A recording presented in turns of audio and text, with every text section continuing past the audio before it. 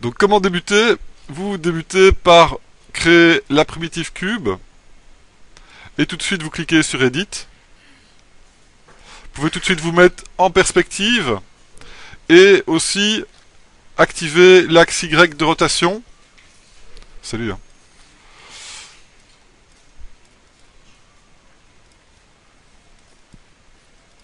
Et ici, je vais directement me mettre en Matcap Gray pour avoir une prévisualisation qui est un peu plus agréable. Ok. Donc là, préparation de la scène. Alors, comment est-ce qu'on importe un OBJ en étant sûr, pour être sûr qu'il soit à la bonne taille par rapport aux unités de ZBrush. Donc, créer la primitive, c'est la première étape. Deuxième étape, c'est dans ZPlugin, Subtool Master, Multi-Append, et vous allez chercher le Carac Proto.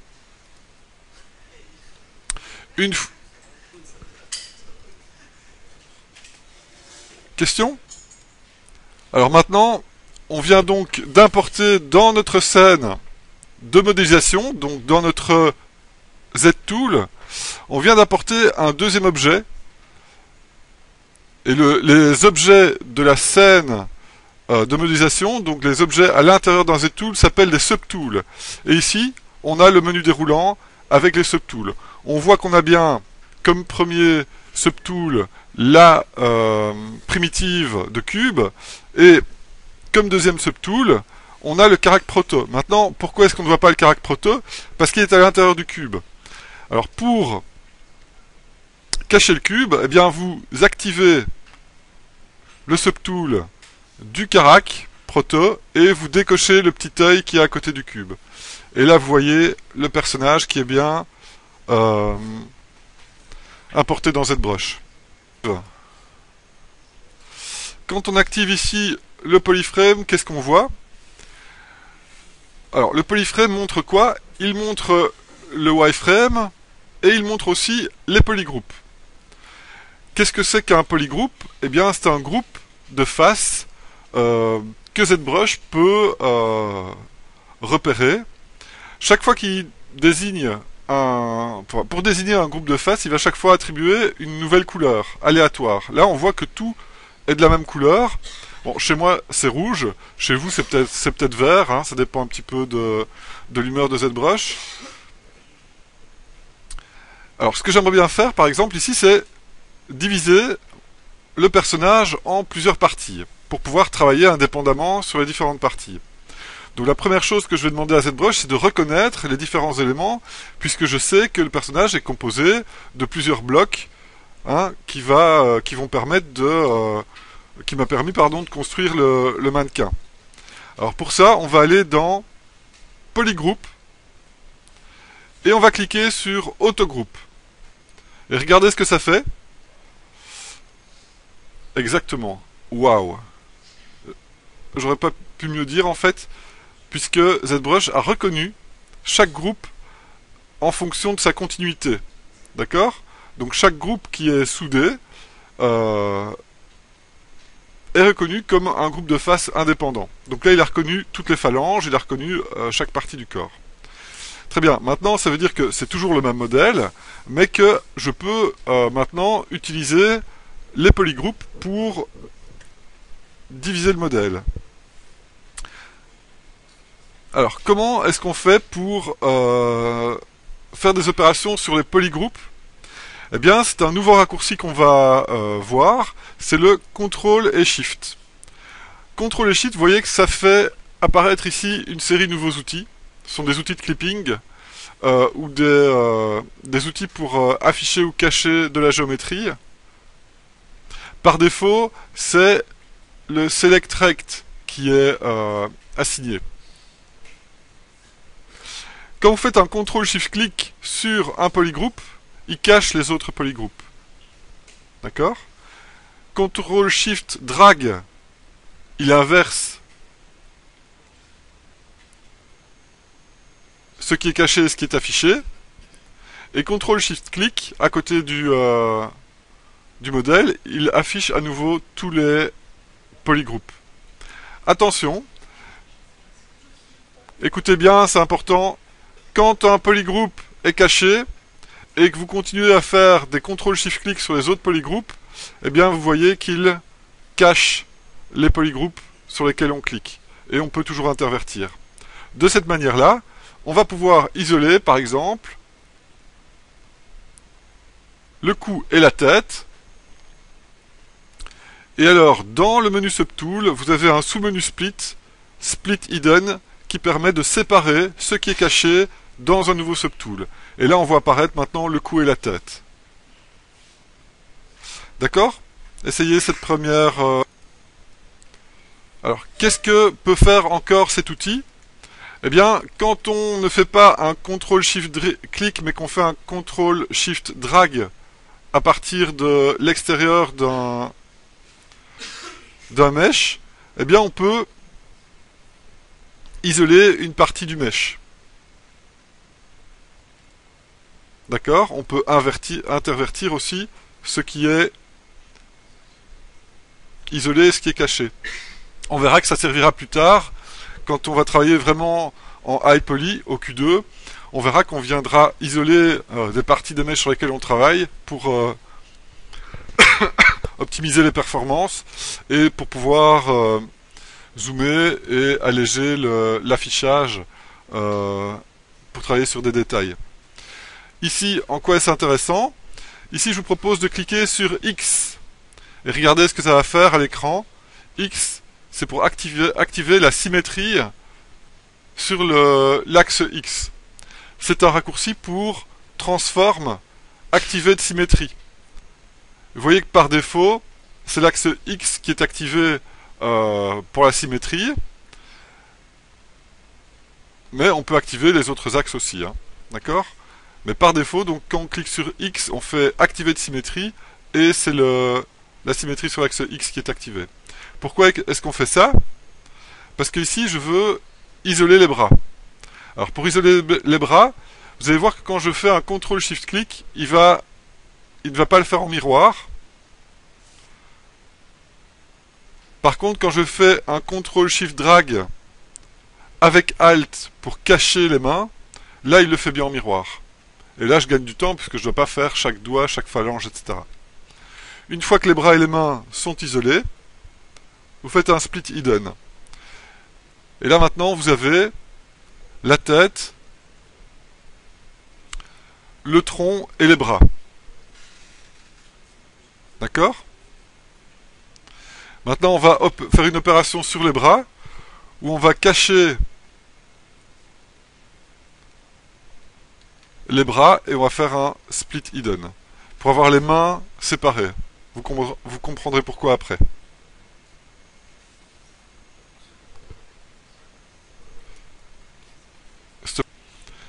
Une fois que c'est fait, eh bien vous pouvez renommer vos subtools. Donc la première chose, c'est sauver votre fichier.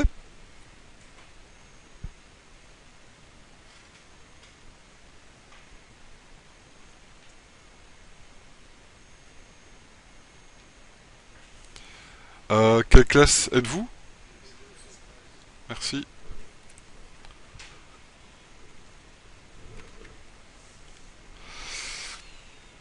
Donc, vous sauvez votre fichier, donc vous sauvez votre Z-Tool par Save As ici au-dessus, et vous voyez que le nom du premier subtool, donc en l'occurrence ici le cube, prend le nom du fichier. Les autres subtools, eh bien on va les sélectionner. Quand ils sont sélectionnés, ils sont en surbrillance foncée. Et ici vous avez un rename. Et donc là j'ai body. La flèche du bas permet de voyager dans les subtools. Donc la flèche du bas, rename, ça ce sont les mains.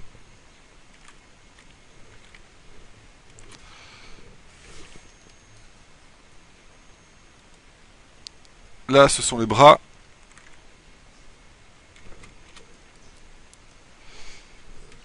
Et là j'ai la tête.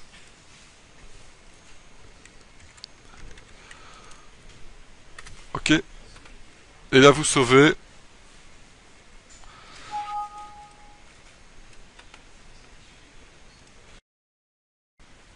Donc deux choses qui vont débloquer si vous avez des soucis. Le premier souci que vous pourriez avoir, à part le fait de ne pas voir tous vos objets, donc il suffit d'afficher ici les différents subtools en cliquant sur les yeux. Donc par exemple ici, si vous êtes arrivé à ceci, donc vous avez la tête et le cou qui sont sur des subtools différents, eh bien il y a moyen de les merger. Pour ça, il faut que les subtools soient l'un au-dessus de l'autre. Donc si la tête n'est pas juste au-dessus du cou, si elle se trouve ici plus haut, vous voyez que vous avez ici les flèches pour pouvoir déplacer les subtools et réorganiser vos subtools. Donc vous placez le subtool au-dessus de celui avec lequel vous voulez fusionner. Vous sélectionnez, donc vous mettez en surbrillance noire le subtool du dessus, et vous allez ici dans Merge, et vous avez un truc qui s'appelle Merge Down. Vous cliquez sur OK, et là maintenant vous avez à nouveau deux objets dans un même subtool. Autre chose qui pourrait poser problème, eh bien, vous avez fait des undo, et à un moment donné, vous avez à nouveau les bras dans votre subtool. D'accord? Donc là, vous avez un subtool avec les bras et le corps, et là, vous avez un subtool avec les bras. Et vous dites, oui, mais là, maintenant, j'aimerais bien supprimer ce qui est en trop. Eh bien, pour supprimer ce qui est en trop, vous isolez et vous cachez ce qui doit être caché. Donc ici, CTRL-SHIFT-ALT, on drague en symétrie. Et là, pour supprimer ce qui est caché, vous allez dans l'onglet Géométrie, vous allez dans Modify Topology, et il y a un truc ici qui s'appelle Del Hidden pour Delete Hidden. Et là maintenant, vous n'avez plus rien de caché.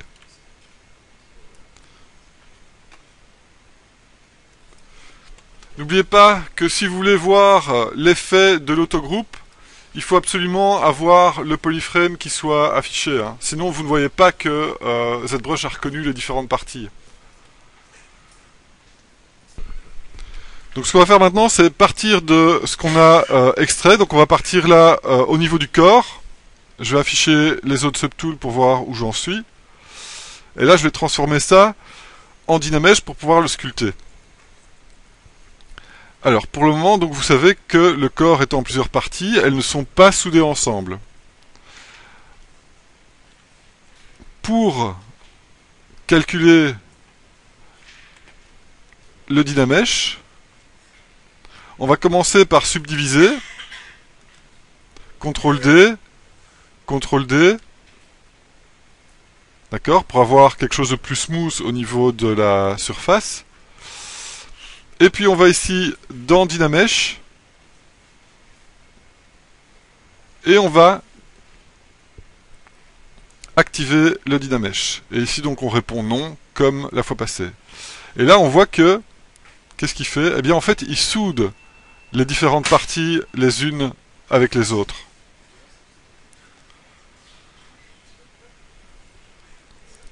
Maintenant, ici, j'ai envie de garder un petit peu plus de détails, donc je vais faire un Dynamesh de 200.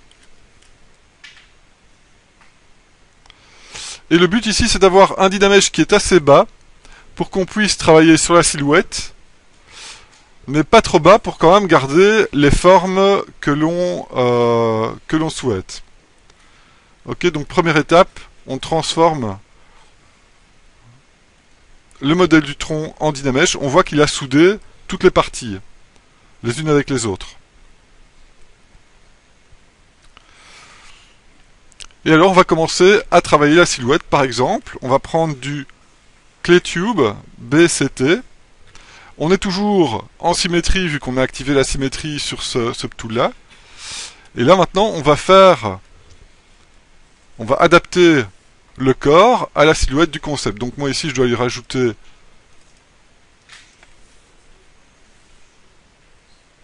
de la matière ici au niveau du ventre. Et alors je ne vais pas me tracasser dans un premier temps de l'anatomie, c'est vraiment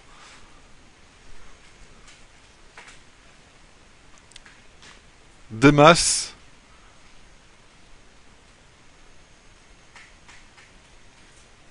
au niveau de la silhouette. Et une fois que j'ai ajouté de la masse, eh bien je viens smoother, et on voit que comme je suis dans une résolution qui est relativement basse, eh bien je peux facilement venir smoother les formes que j'ajoute. Vous pouvez aussi décider de baisser l'intensité légèrement du smooth pour ne pas que ce soit trop fort.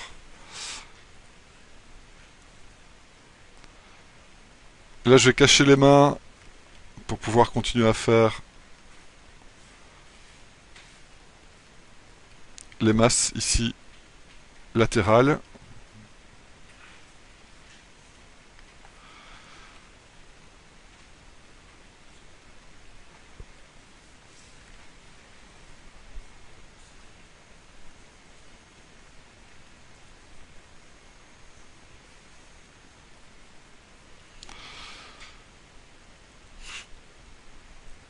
Et on voit que je peux venir peindre au travers des différents éléments qu'il y avait avant maintenant, mais il n'y a pas de problème.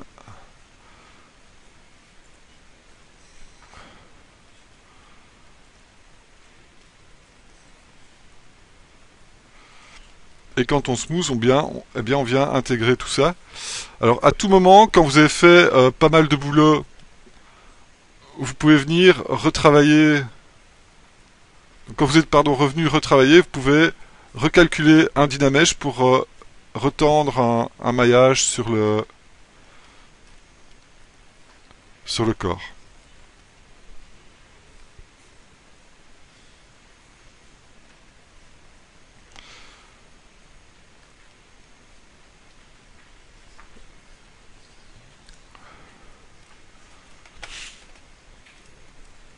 Donc vous pouvez recalculer un Dynamesh, mais ici on ne rajoute pas de définition quand on recalcule le Dynamesh. On reste à un Dynamesh d'une valeur très basse pour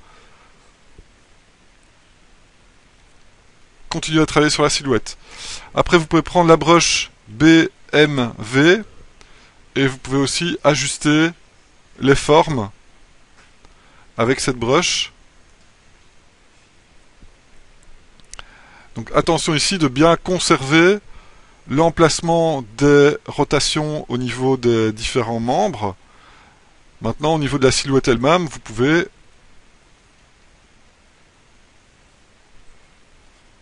vous amuser un peu.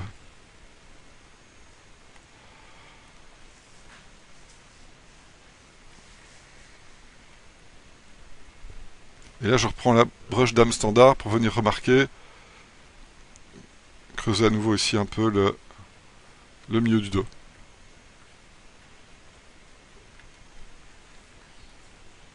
Ok, donc là on voit qu'on peut travailler avec les différents outils qu'on a vus la fois passée sur le corps lui-même.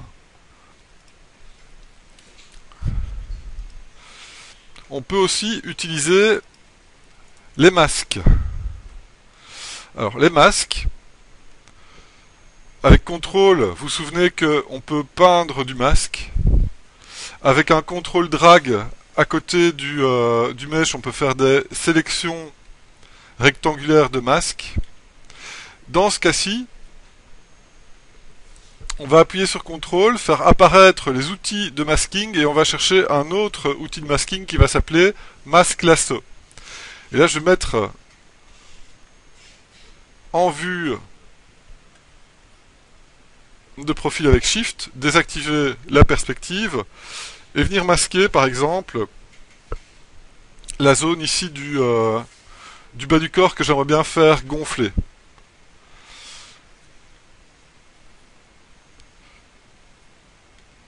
Ok, donc en symétrie, on a bien la même chose. Maintenant, qu'est-ce qu'on peut faire comme opération sur le masque? Eh bien, regardez bien, si je fais un contrôle-clic à l'intérieur du masque, on voit que je peux smoother la bordure du masque. Il smooth l'intérieur du masque. Donc si je veux faire l'extérieur du masque, je dois intervertir et smoother aussi à l'extérieur du masque. Une fois que le masque est smoothé, qu'est-ce que je peux faire comme type de modification? Eh bien ici, dans Déformation, on a une petite tirette qui s'appelle Inflate et qui permet de venir faire gonfler de manière homogène. Donc souvenez-vous, la brush Inflate, eh bien ici c'est pas c'est le même effet que la brush inflate, mais qui s'applique à tout ce qui est tout ce qui n'est pas masqué. N'oubliez pas de recalculer votre Dynamesh une fois que c'est fait. Smoothez un petit peu votre forme.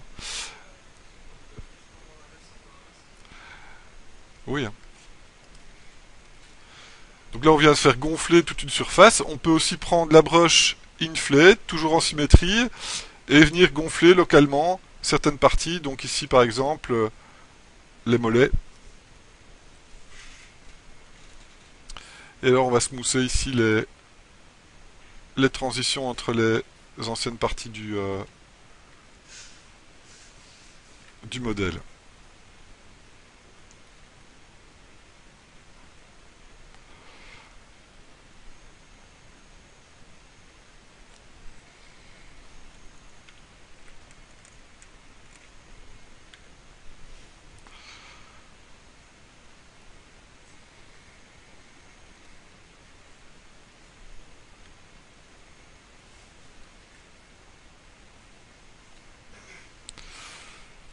Ok, pensez à sauver de temps en temps pour ne pas perdre votre travail.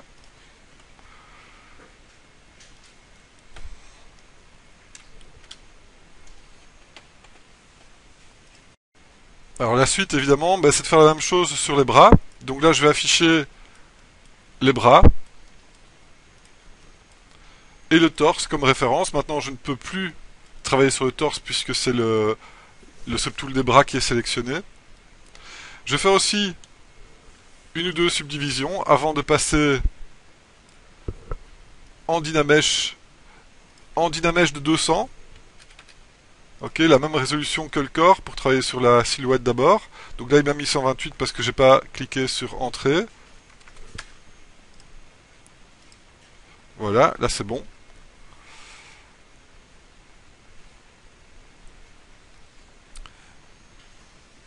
Toujours bien veiller à ce que la symétrie soit active si vous voulez travailler en symétrie.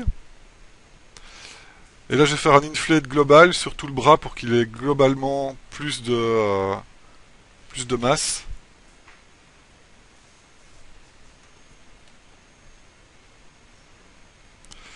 Venir smoother un peu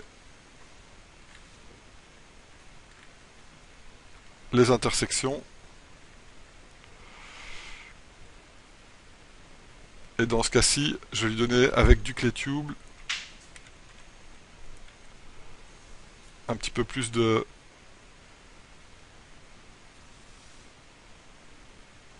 biceps.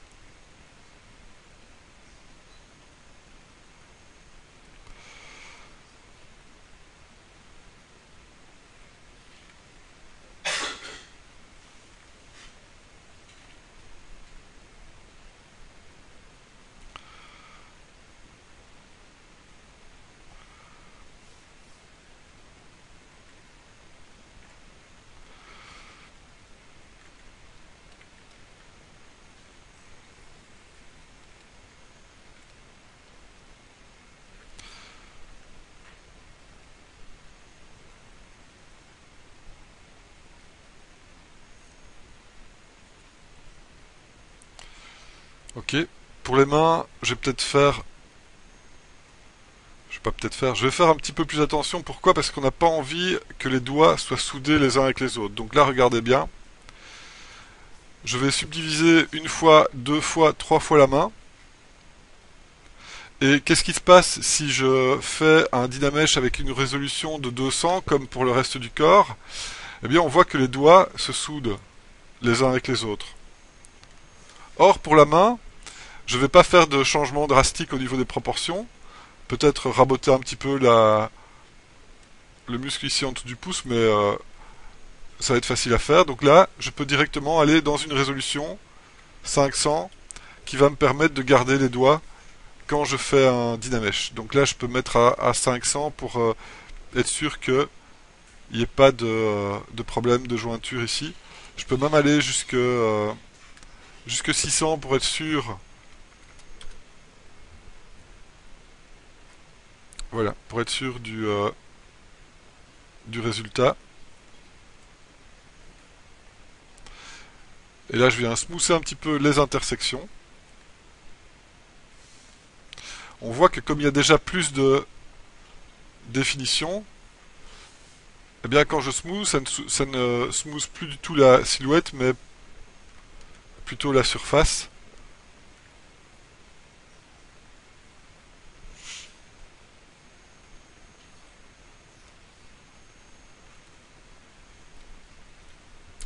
Et là j'aimerais bien qu'il y ait aussi une main un petit peu plus massive, en plus il aura des gants. Donc là je peux faire un léger inflate. Attention pas trop fort justement pour ne pas que les doigts soient trop épais. Et là je peux paramétrer mon inflate, faire un à la fois, chaque fois en cliquant sur entrée. Voilà.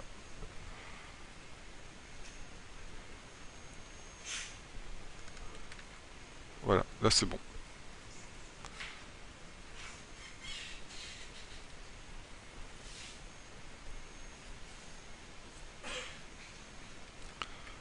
Là je recalcule le mesh mousse sur la main.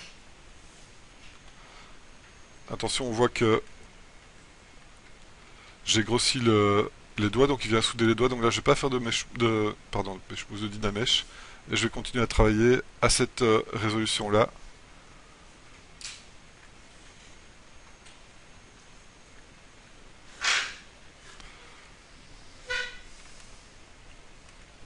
Avec du clé tube.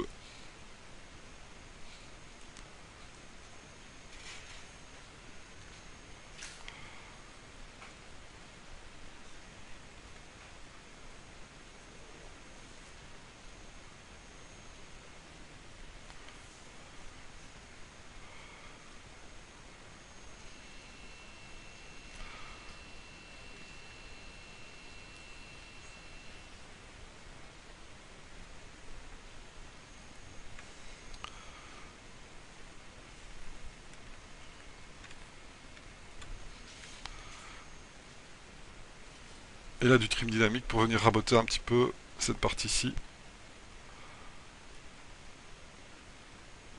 C'est comme si on pelait une carotte.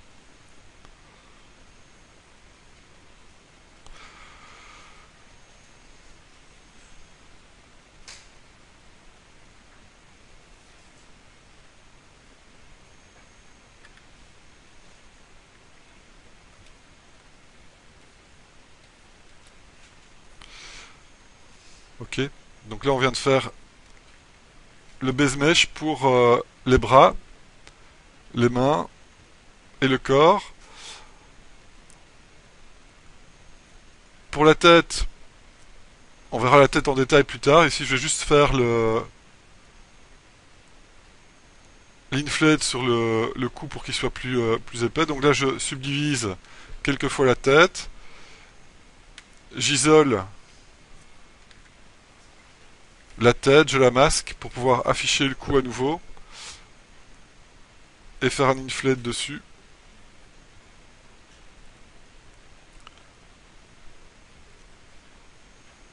Pour qu'il ait le bon volume. Et là je vais réafficher les bras pour avoir une idée de la silhouette globale. Et là avec le move en symétrie, donc ici on voit que la symétrie n'est pas activée sur la tête, donc je l'active.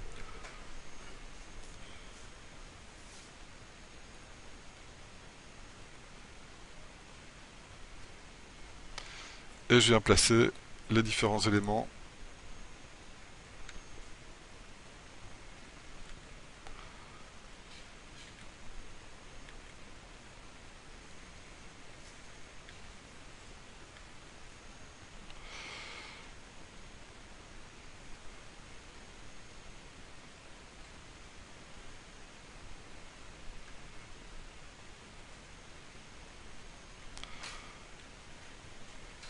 Oups, voilà.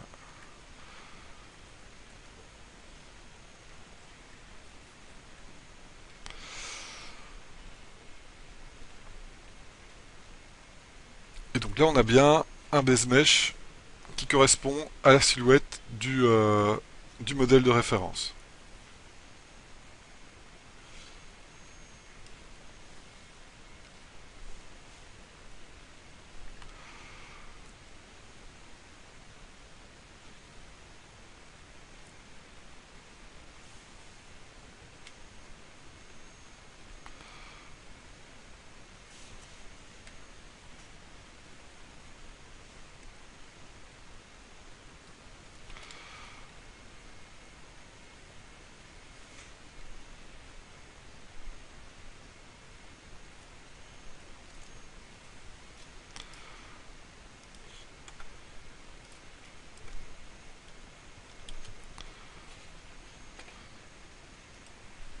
Et là, on va voir encore d'autres outils qui vont nous permettre de à la fois extraire les base mesh, mais aussi les cleaner.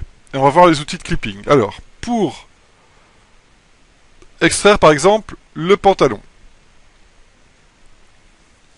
on va commencer par le pantalon. Eh bien, on va dessiner. Alors, mettez-vous en vue de profil. Décochez la perspective pour être sûr que le masque soit bien symétrique. Vérifiez que la symétrie est bien enclenchée. Et puis, vous dessinez la forme du pantalon.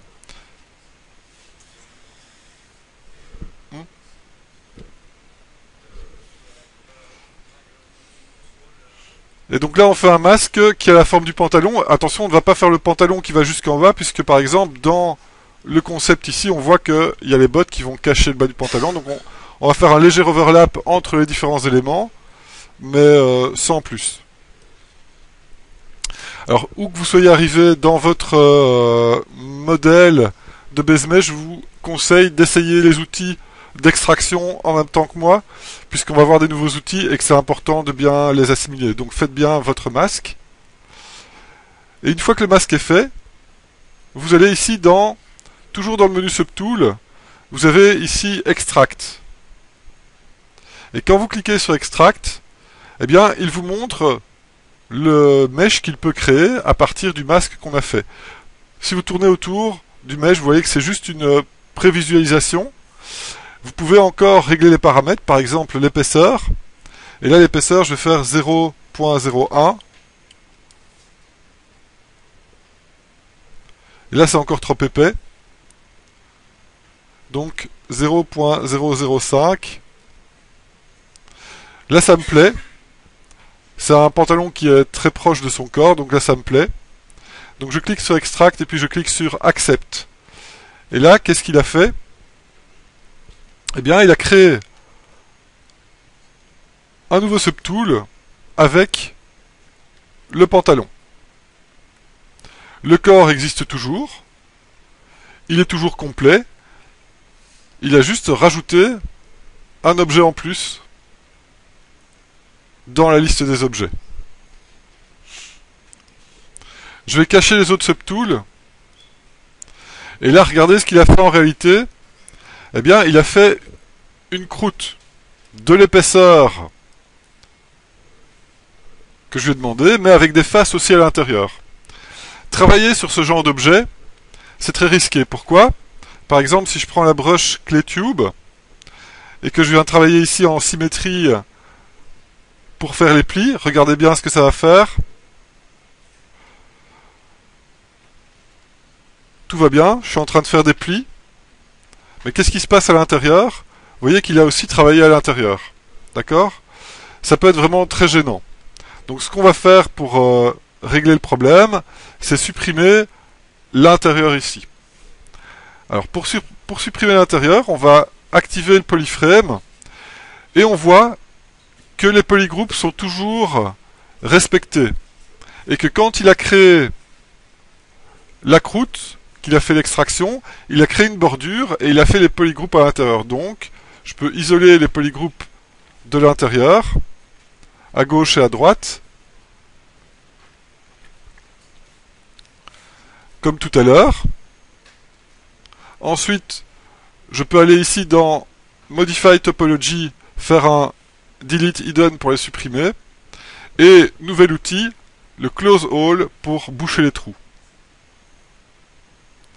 Ok, ce qui fait que maintenant, quand je travaille sur les plis, eh bien, j'ai plus aucun problème puisque c'est un objet qui est complet.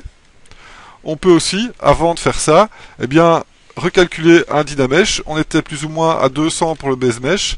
Eh bien, je vais garder cette résolution de 200.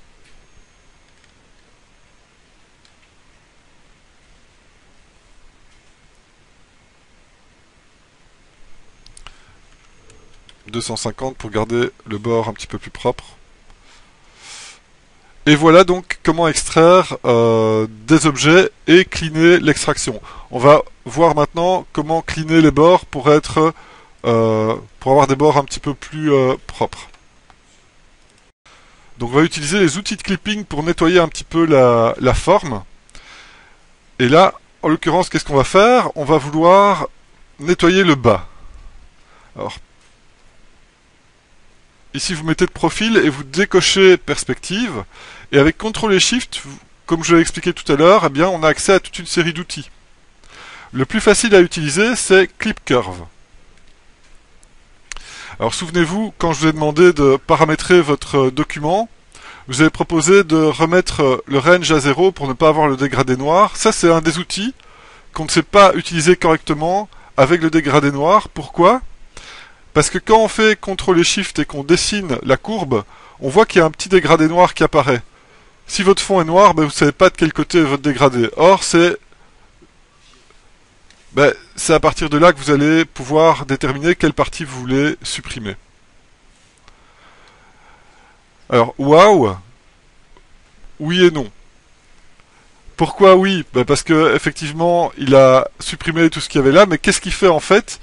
Il projette la géométrie sur la courbe. D'accord?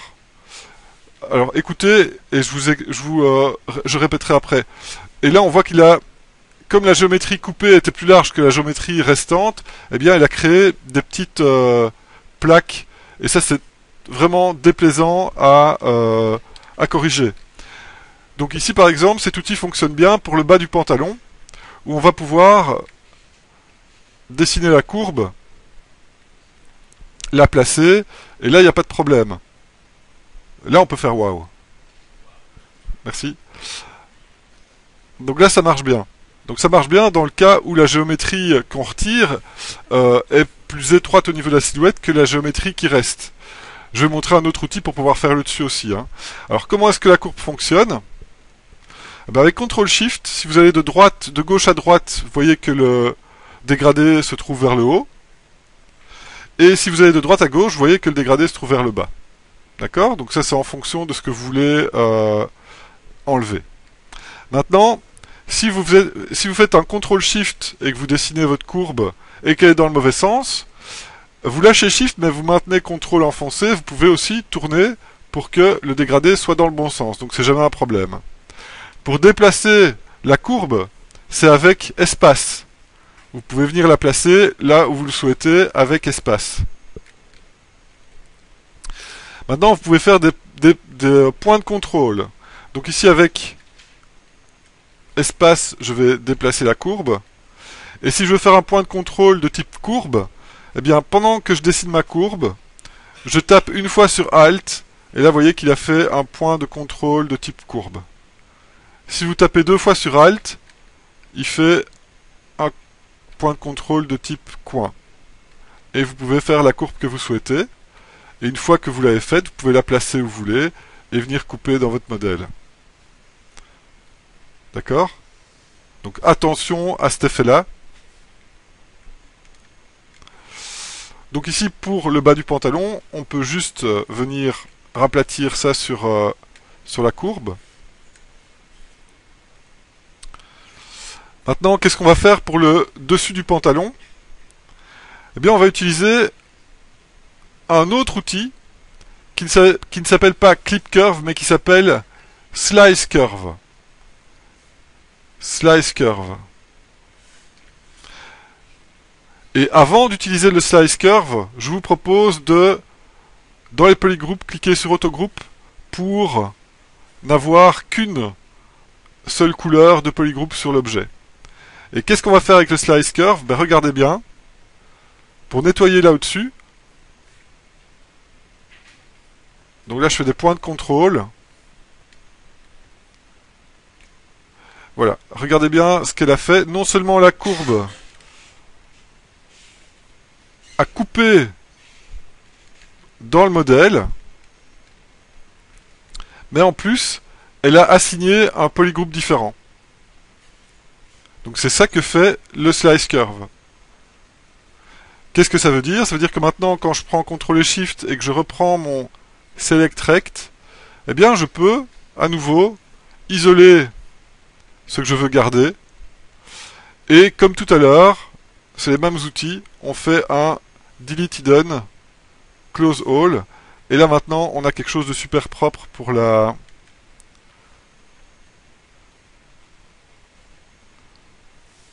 partie du dessus.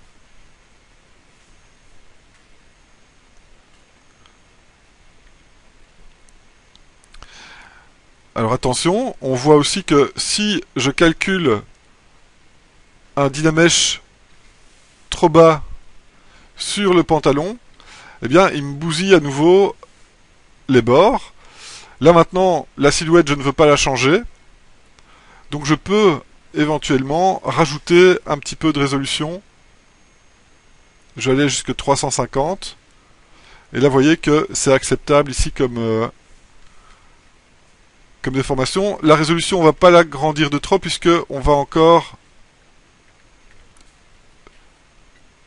utiliser cette résolution basse pour faire les plis.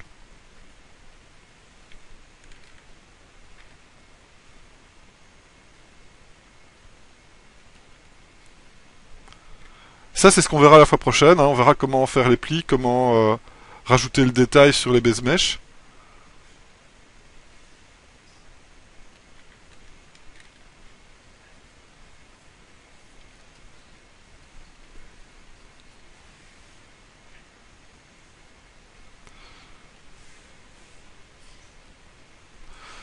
Ok, et c'est là qu'on viendra donc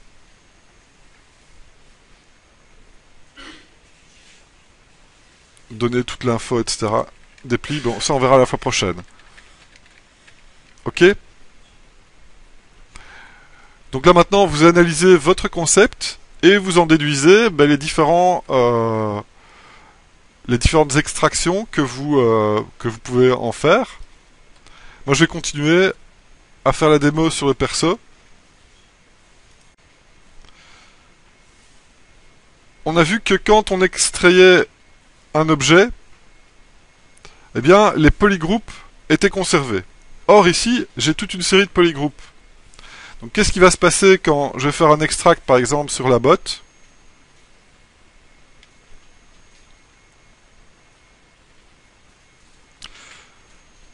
Eh bien, vous voyez qu'il y a toute une série de polygroupes aussi à l'intérieur. Or, pour aller chercher la croûte ici à l'intérieur du pied, ça va être vraiment compliqué. Or, si on regarde bien, eh bien, il y a aussi l'intérieur du pied ici qui est présent. Donc là, ça devient compliqué. Donc là, je vais supprimer ce subtool là, retourner sur mon autre subtool, et avant de faire mon extract, je vais aussi faire un autogroupe. D'accord? Sur le corps. Ce qui veut dire que maintenant, quand je fais un extract de la botte,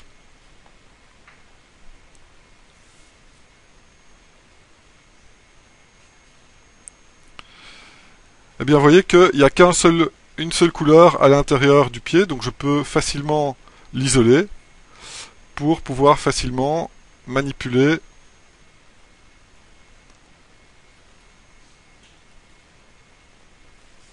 et venir clipper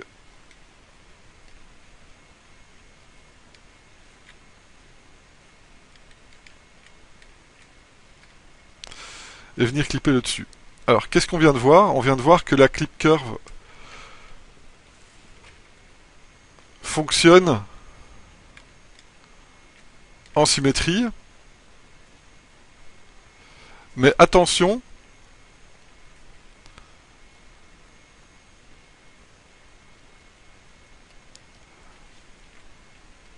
la slice curve ne fonctionne pas en symétrie. Alors comment est-ce qu'on va faire pour récupérer une opération qu'on a faite d'un côté du mesh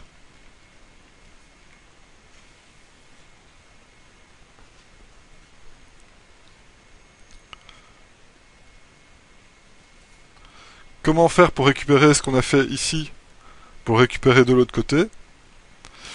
Eh bien, encore une fois, dans Modify Topology, il y a un Mirror and Weld qui permet de récupérer la symétrie. Maintenant, vous voyez que le problème, c'est qu'il prend ce qu'il y a à gauche de l'écran pour le coller à droite. Moi, j'aimerais bien qu'il fasse l'inverse.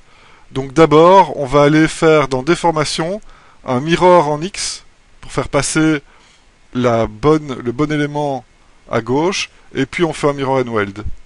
Et là on a le bon subtool.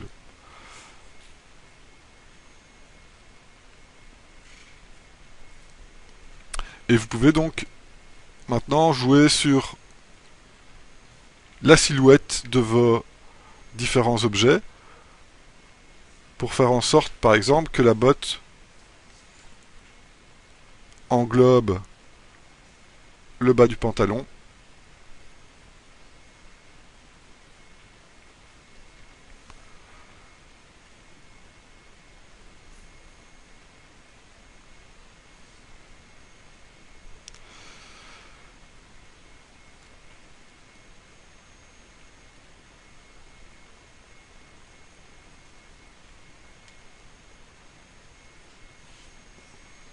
Et ici au niveau de ma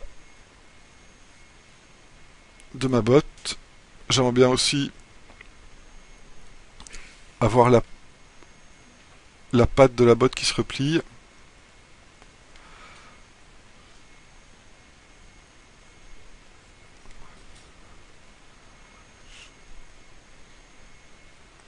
Donc là c'est toujours les mêmes opérations en fait, hein.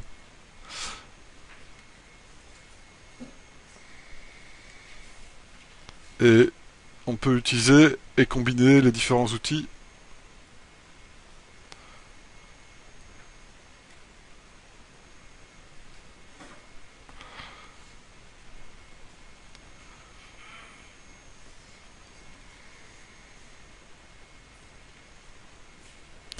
Vous voyez qu'on va toujours chercher les mêmes outils au même endroit, mais que c'est placé aux quatre coins de ZBrush. On va voir comment customiser son interface pour remettre ça dans un petit menu où on va pouvoir faire toutes les opérations bien peinard dans notre coin. On verra ça la prochaine fois.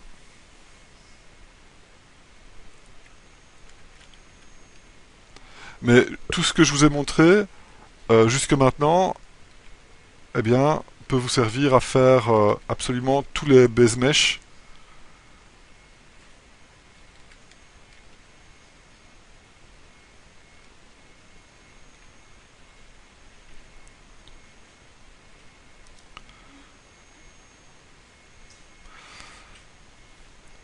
Donc là j'ai ma bordure de botte.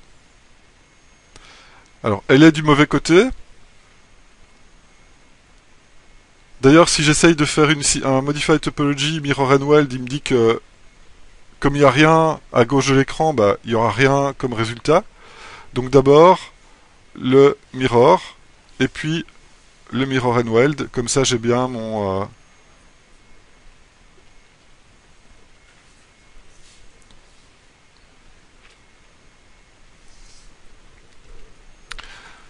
rebord.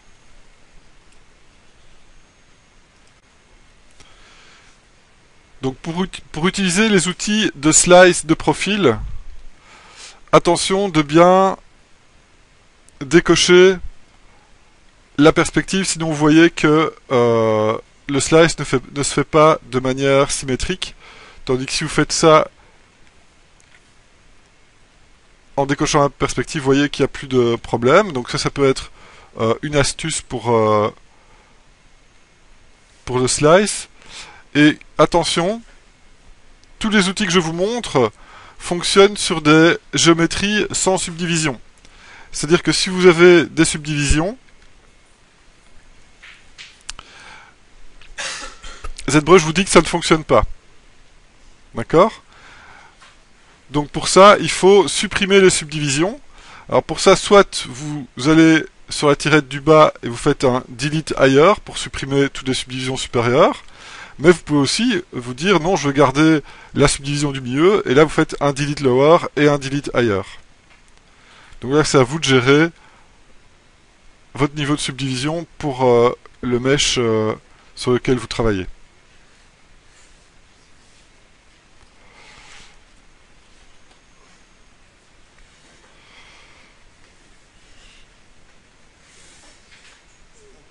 Dites, il y a une icône ici en dessous qui s'appelle Solo.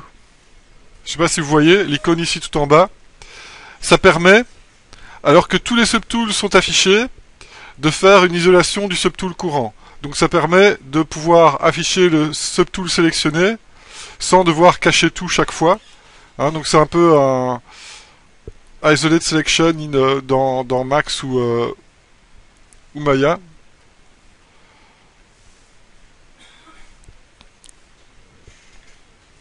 Et là je reprends par exemple la brush Mask Pen pour extraire la veste.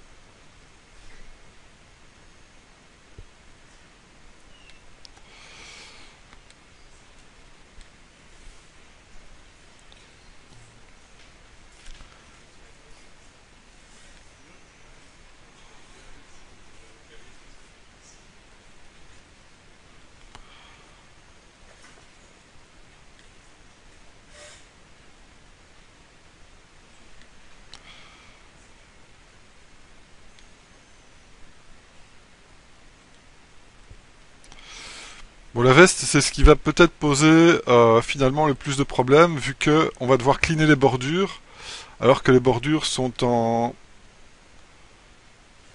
en symétrie.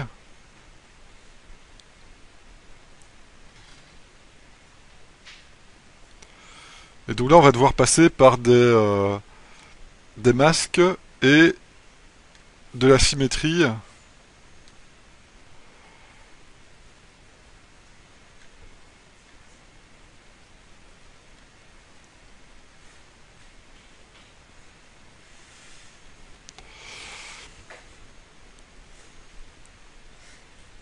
Donc là, au niveau de l'extract, je vais faire une épaisseur plus grande, vu que la veste est carrément plus épaisse ici, c'est en cuir assez épais.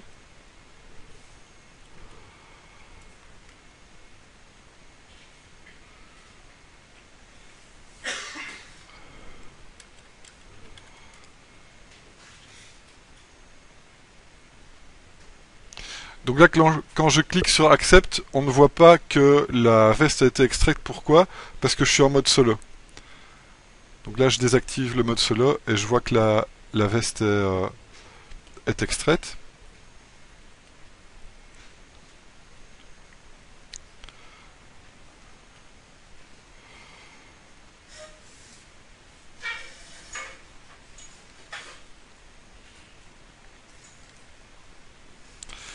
Et là, vous voyez qu'on a pas mal de bordures à nettoyer pour avoir quelque chose de bien propre.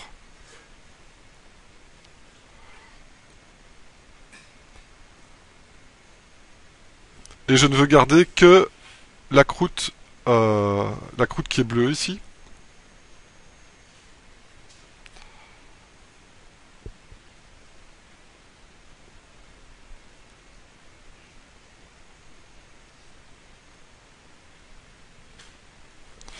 Mais dans ce cas-ci, on voit que ça pose des problèmes. Donc dans ce cas-ci, je vais garder finalement l'épaisseur.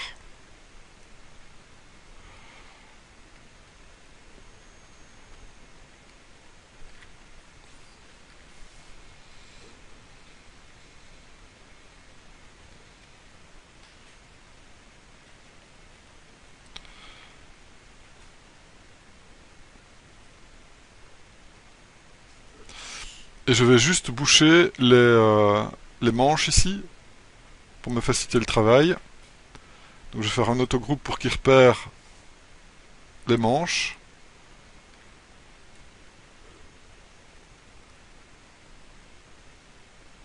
Delete hidden pour supprimer.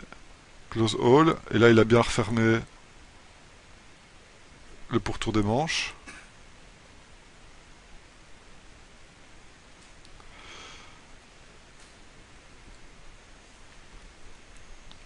Donc ça me permet de venir nettoyer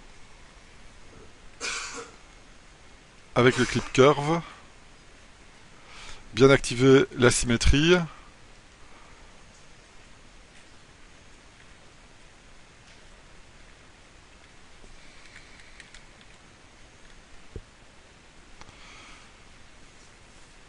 et si je viens nettoyer la manche,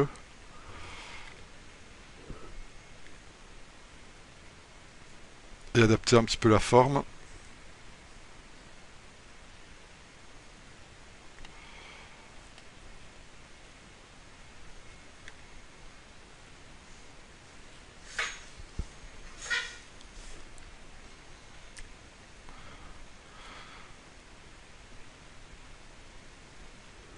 Alors pour cleaner le bord ici, je vais devoir masquer d'abord avec le masque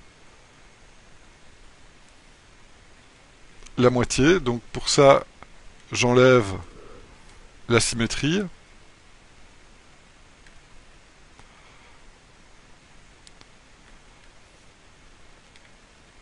Je masque l'arrière et le côté droit pour pouvoir venir cleaner avec le clip curve.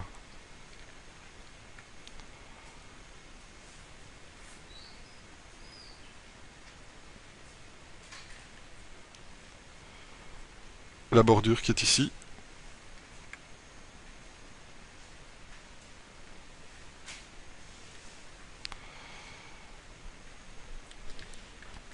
Et là je vois que j'aimerais bien faire un col un petit peu plus pointu ici. Donc je vais le faire en 2 fois.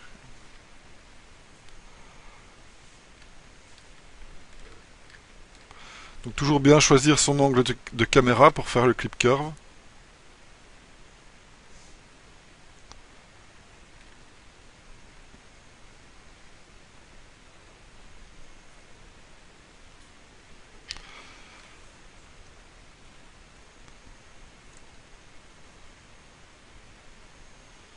Donc là je peux intervertir le masque. Maintenant je vais bien travailler sur le dessus du col.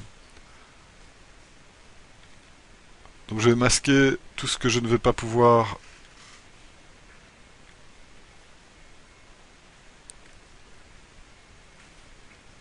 modifier.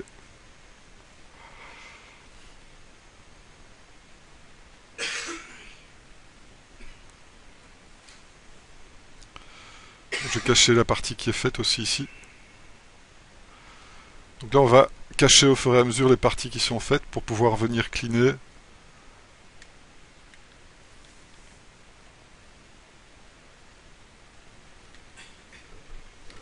Venir cleaner le reste petit à petit.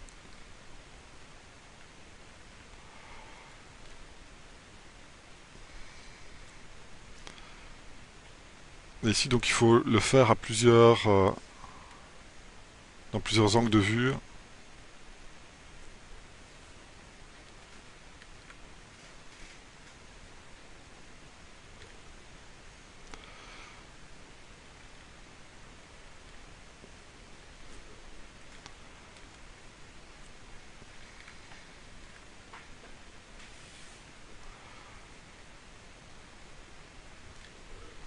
Ça c'est ce qui arrive quand on masque pas le côté qui est en symétrie.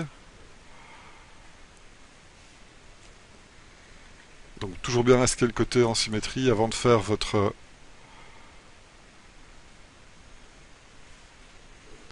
et aussi le bas ici puisque j'ai pas envie d'altérer le bas.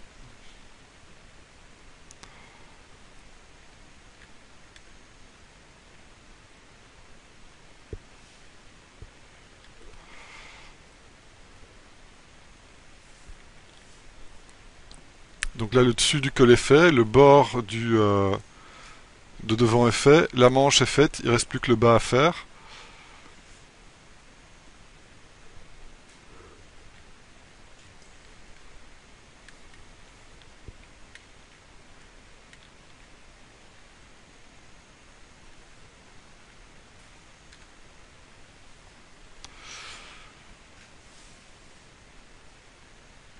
Là on voit que ça crée le petit rebord typique du clip curve. Donc là on va choisir l'autre outil, le slice curve. Je remets le polygroup en autogroupe avant de faire le slice curve.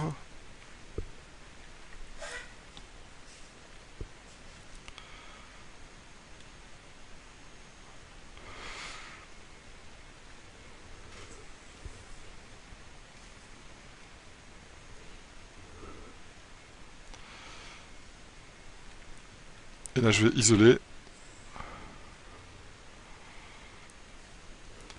Alors ici, si je fais un delete hidden et un close all, vous voyez qu'il tend une peau sur tout le trou. Donc là on doit faire autre chose, on fait un delete hidden et on va recalculer un Dynamesh avec une résolution un petit peu plus haute, 400. Et là, le Dynamesh, il va fermer le trou sans altérer le modèle. Et une fois qu'on a travaillé sur la partie qui se trouve ici à gauche, eh bien on fait le mirror and weld pour avoir la partie droite.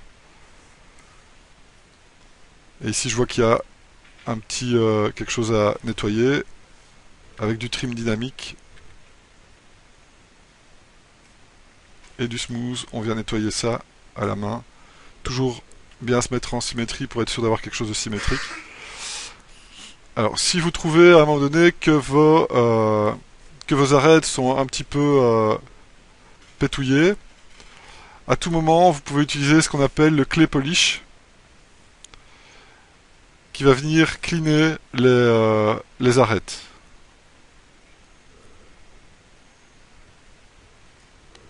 Attention, quand on fait un clay polish, il va distordre légèrement le maillage aux arêtes, et donc on perd un petit peu de précision pour la peinture, mais bon, dans ce cas-ci, ça ne pose aucun problème.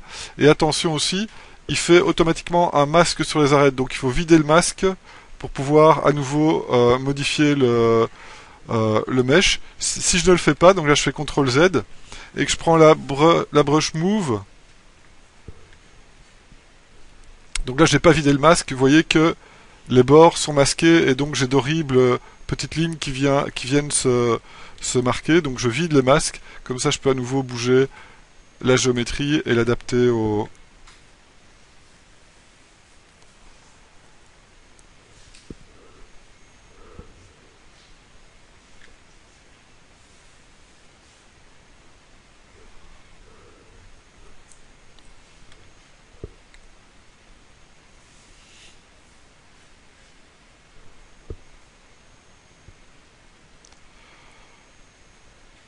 Donc ne vous tracassez pas si jamais vos bords à un moment donné ne sont plus tout à fait droits. Il y aura toujours moyen après de les rattraper.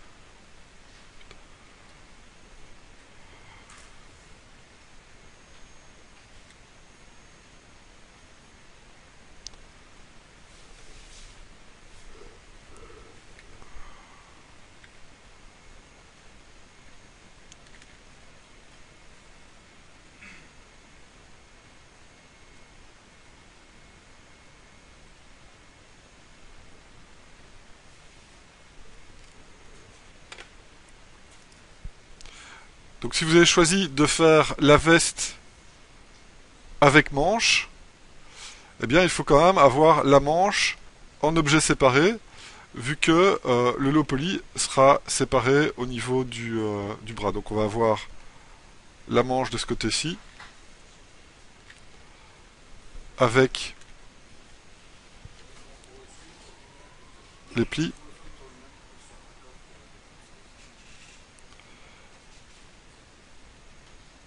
Bah, à part chipoter comme je viens de faire pour être sûr, en bougeant les éléments avec le avec Move. Pour moi, c'est la manière la plus pratique de le faire. Donc avec Alt, on choisit le subtool sur lequel on veut travailler.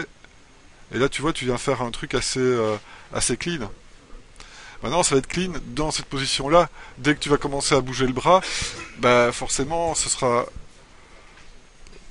pour ce cas précis-là, le plus simple, c'est vraiment de faire un changement de texture clair. Comme ça, il n'y a jamais de problème, en fait.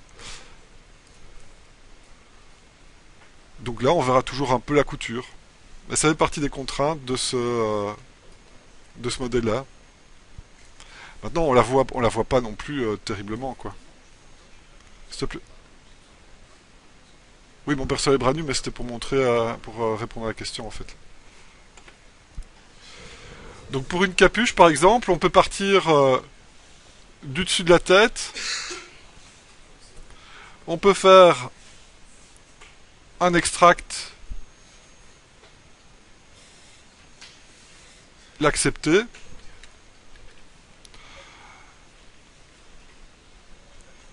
Et là, dans ce cas-ci, on active la symétrie. Et là, on peut façonner la forme de la capuche.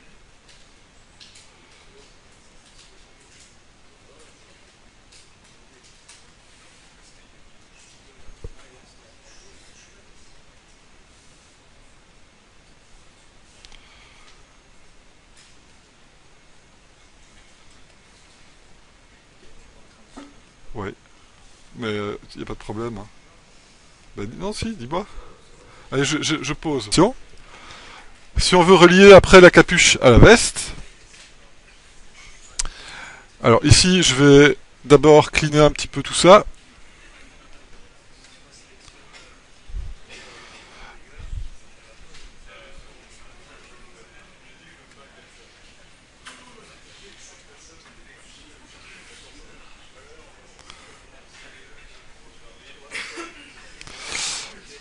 Donc ici,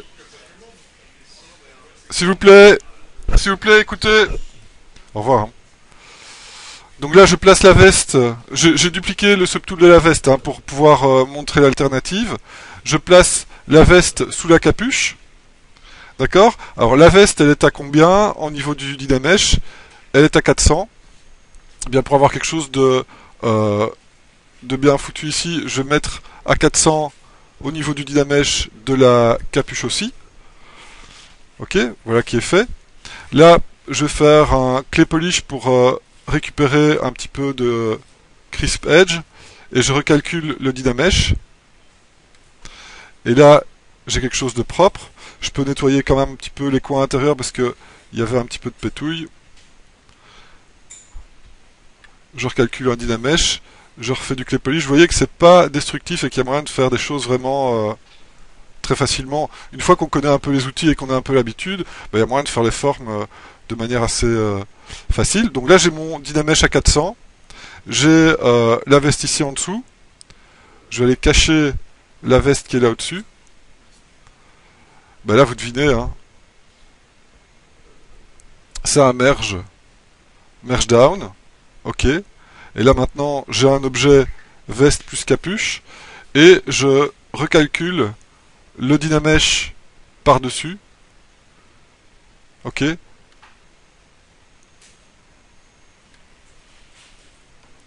Donc je recalcule le Dynamesh par-dessus. Et là, pop, il ressout tout en un seul bloc.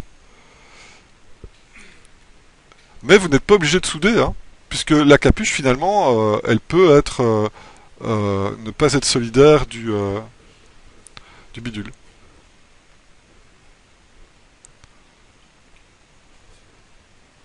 Ok, et là on a les deux. Maintenant, si tu veux que les bords coïncident, faut préparer d'abord les bords, quoi. Faut juste bouger un petit peu. Mais voilà, le principe de soudure reste le même.